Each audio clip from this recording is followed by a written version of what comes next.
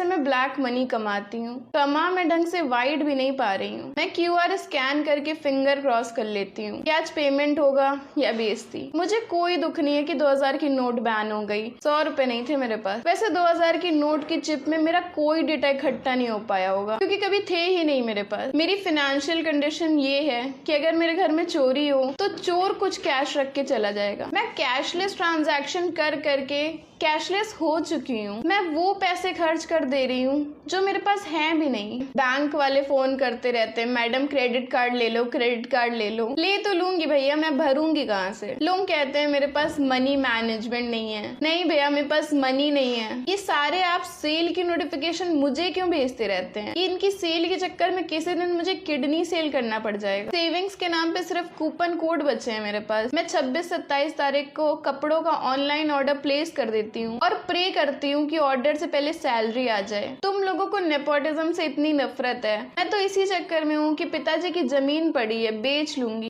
Mental health खराब थी तो बाहर शहर में अकेले रहने आ गई। अब मेंटल हेल्थ भी खराब है और पैसे भी नहीं है। मेरा दिन बहुत खराब जा रहा हो और मैं सोने चली जाऊं तो मुझे सपने खराब आने लगते हैं।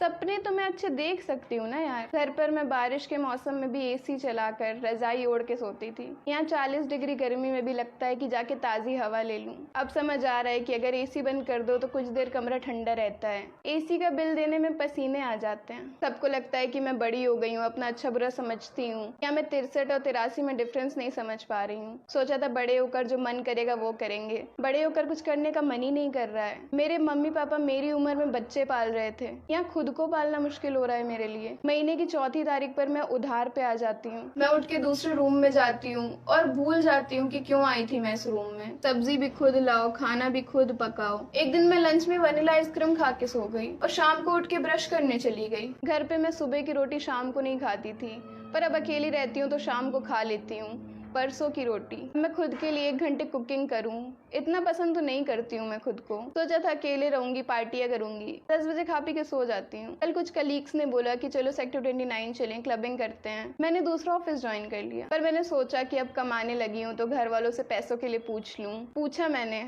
मना कर दिया उन लोगों ने देने से। नहीं हो रही है अडल्टिंग मुझसे। काश मैं हरियाणा में होती, पैदा ना होना पड़ता।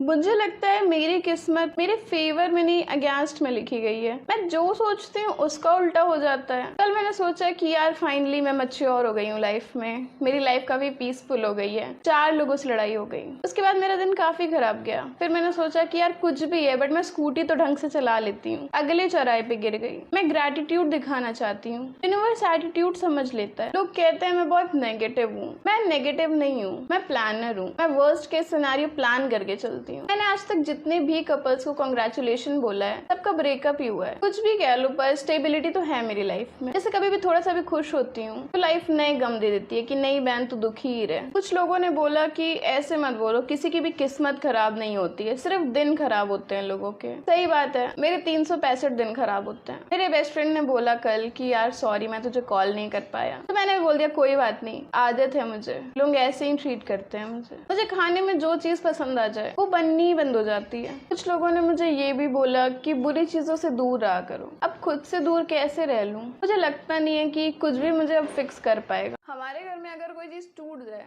तो हम देखते हैं कि वो किस हद तक टूट सकती है। वो तब तक रिपेयर नहीं होगी जब तक हमारा काम न रुक रहा हो। और रिपेयर करेगा कौन? बापू। मेरे पिताजी फैमिली ट्रॉमा के अलावा सारी चीजें फिक्स कर लेते हैं। हम धन से नहीं, हम मन से गरीब। इतना चाइल्डहुड ट्रॉमा है मुझे। इन लोगों ने कभी मुझे प्रिंगल्स नहीं दिलाया, 100 रुपए के आते हैं। किंडर जॉय नहीं दिलाया, कभी कैन वाली कोल्ड ड्रिंक नहीं दिलाई कि महंगी पड़ती है। स्ट्रॉबेरी नहीं देखा है मैंने आज तक। परसों एवोकाडो मंगा लिया, फाइनेंशियल क्राइसिस हो गया। बचपन से कुछ भी मांगो तो दे आर लाइक नहीं बेटा सेव करो। सेव किस दिन के लिए कर रहे हो आप लोग? ज़ॉम्बी अटैक के लिए? एपोकैलिप्स पे यूज करोगे अपने FD? ट्रिप के नाम पे सिर्फ बैड ट्रिप दिए इन लोगों ने। जब कहीं घूमने को बोलो तो कहते हैं बेटा लेक तो गए थे हम तुम्हें वैष्णो देवी बचपन में, मंदिर दिखाया था, पहाड़ दिखाया था, याद नहीं है क्या? 4 महीने की थी मैंने खुद को नहीं देखा था तब ढंग से। तभी मुझे बता क्यों नहीं दिया था कि ये आखिरी ट्रिप है मेरी लाइफ का? मैं मन से इतनी गरीब हूँ कि एक बार मुझे गुस्सा आया बहुत तेज और मेरे हाथ में फ़ोन था। फिर मैंने उसे बेड पे रख दिया और मैं ऑल द वे किचन गई, एक स्टील का ग्लास उठा के लाई, उसको लाके पटका मैंने। हमारी मेडिकल रिपोर्ट में कुछ नहीं आता है तो हम दुखी हो जाते हैं कि यार पैसे वेस्ट हो गए। हम रेस्टोरेंट्स में जाके 2 पनीर की सब्जी ऑर्डर करते हैं। आज तक इन लोगों ने जीरा आलू नहीं ऑर्डर करने दिया है मुझे। कहते हैं सेम रेट है, पनीर खाओ। एक सच्चा मिडिल क्लास आदमी ही जानता है कि डोसा से पहले सांभर और चटनी खत्म करनी चाहिए। दोबारा